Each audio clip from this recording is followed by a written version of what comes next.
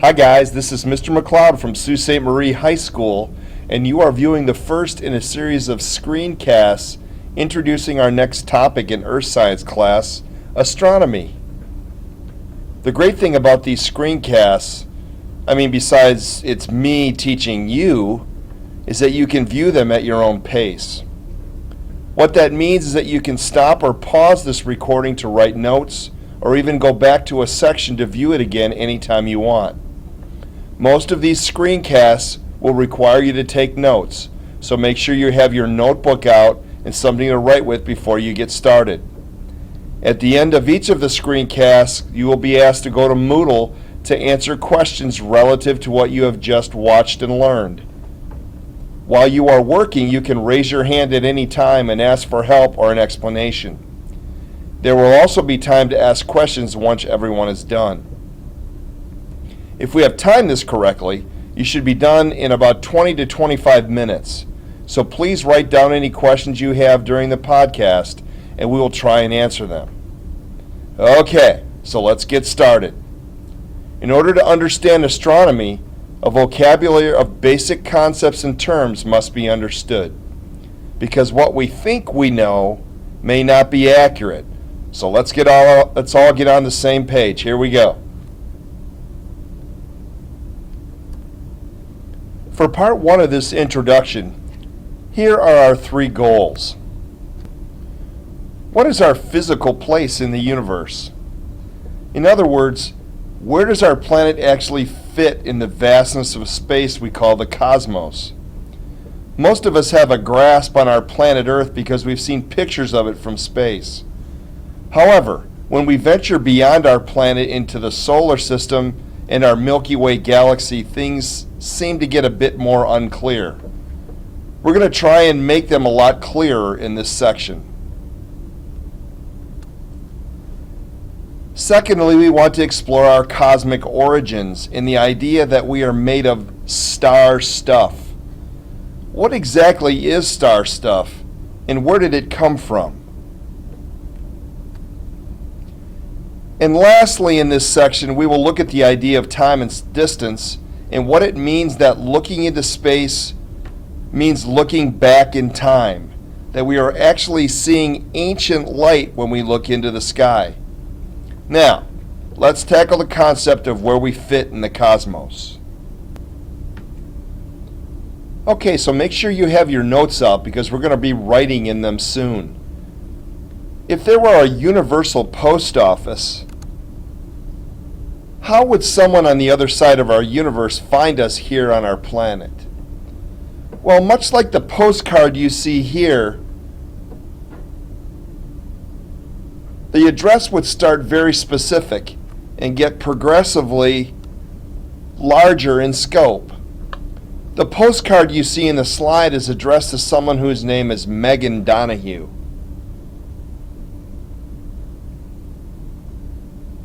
So you can see Megan's name drawn right here.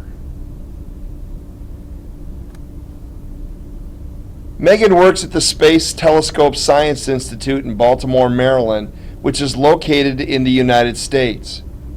These are all familiar ways of locating someone on our planet.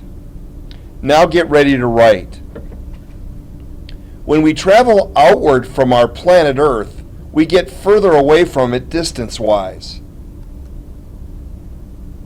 So in your notes, let's start at the planet level, meaning our planet Earth. Write Earth in your notes right now. Now remember, you can pause this. If I get too fast and you want to go back, you can pause it and then pick up whenever you want, or you can actually go back. So here is us at our Earth level. Moving outward from the Earth, we would see our entire solar system next. So write that down. So you see right here on the postcard, solar system is next.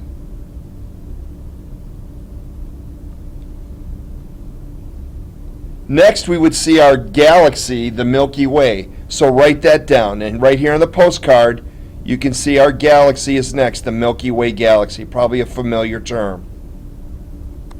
Then outward we see our local group of galaxies. So now write that, and there it is in the postcard, the local group. Then on to our local supercluster, which may be a new term, but we'll explain more about that later. So there's our local supercluster. And when we move away from the local supercluster, we finally find ourselves to the edge of our universe. So there now is the universe. And you can see that we've gone all the way through to the universe. You should now have a flow chart that takes you from closest to the Earth, meaning our planet, to furthest from it, which would be the edge of the universe. So make sure you have those in your notes. Review your notes for a second, and then let's move on. Now let's go over some astronomical terms to make sure we all have a clear understanding of what they mean. We see stars in the evening sky every day and night, but what exactly are they? For now, we'll describe them as large, glowing balls of gas that generate both heat and light through nuclear fusion. So write the word star in your notes and its description right after it. So pause it and make sure you get this description in your notes. Okay, and you see a picture now of a typical star. That's probably a picture of our sun, but it could be a picture that represents a lot of stars that are up there in the night sky or even in our day sky every day. Okay, now what about planets? First of all, there are two types of planets in our solar system. Rocky planets like the picture of Mars here on the left, and gas planets like the picture of Neptune here on the right. Make sure these types of planets get in your notes right now.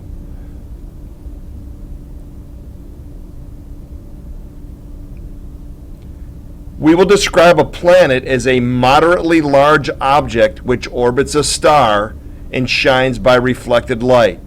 So also get this description in your notes before we move on. So go ahead and do that now.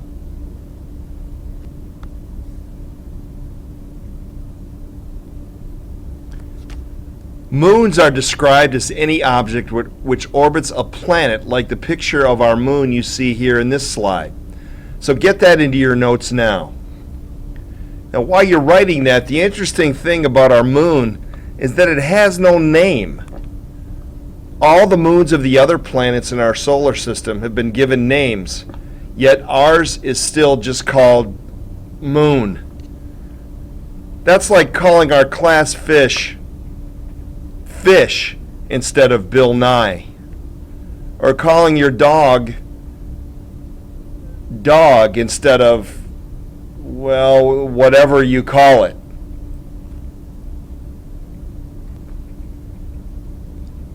Asteroids are relatively small and rocky objects which orbit a star. You can see a picture of one here taken by the Hubble Space Telescope. We'll talk more about asteroids later in this class, but in your notes, describe it as a relatively small and rocky object which orbits a star. So get that in your notes right now.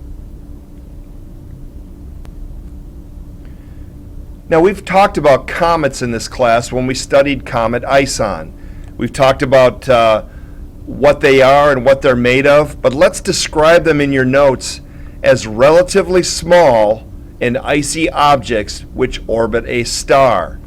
Now you see in this picture a great description of the parts of a comet. We're not going to go into any more detail because we did this already in class. But go ahead in your notes and describe a comet as a relatively small and icy object which orbits a star. Next is a solar or star system, otherwise known as a stellar system. Anytime you see the word stellar, they're referring to a star.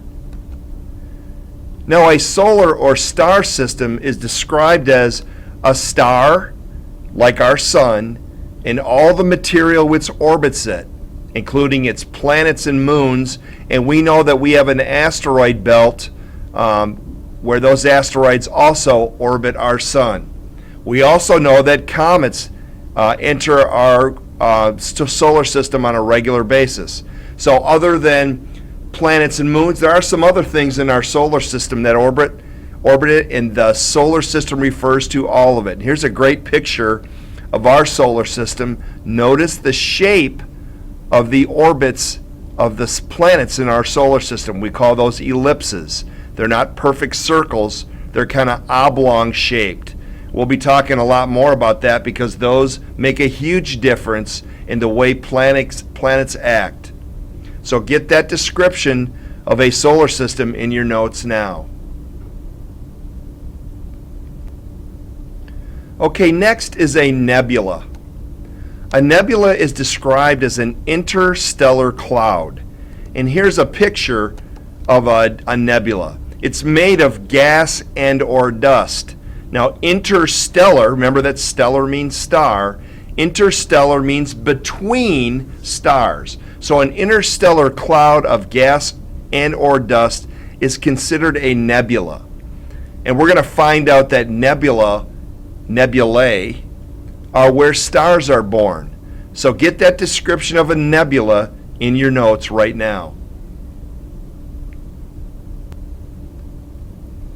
Now let's talk about galaxies. We know that our galaxy is the Milky Way, but let's give a general description of what a galaxy really is. A galaxy is a great island of stars in space, and that's really good description of it. It's a clump of stars that all have something in common, and they're surrounded by nothingness, which is how we describe space. They're all held together by gravity and orbit a common center. So there's a real good picture of a galaxy right there. And you can see now in the center now of that galaxy, right there, is the common center. So we're going to find out that most galaxies have a black hole in their common center.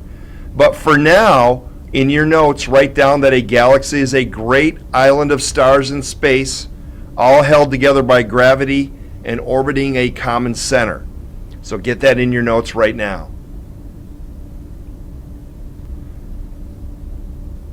Lastly, write down the term universe in your notes, and let's give a description of what we mean by universe. A universe is the sum total of all matter. Matter is all the solid stuff, and energy. And we know energy is anything that's in the electromagnetic spectrum, like visible light, X-rays, radio waves, microwaves, etc. That is everything within and between all galaxies. So write that down as your description of the universe. We'll give more details later in this class, but for now that gives us a great starting point.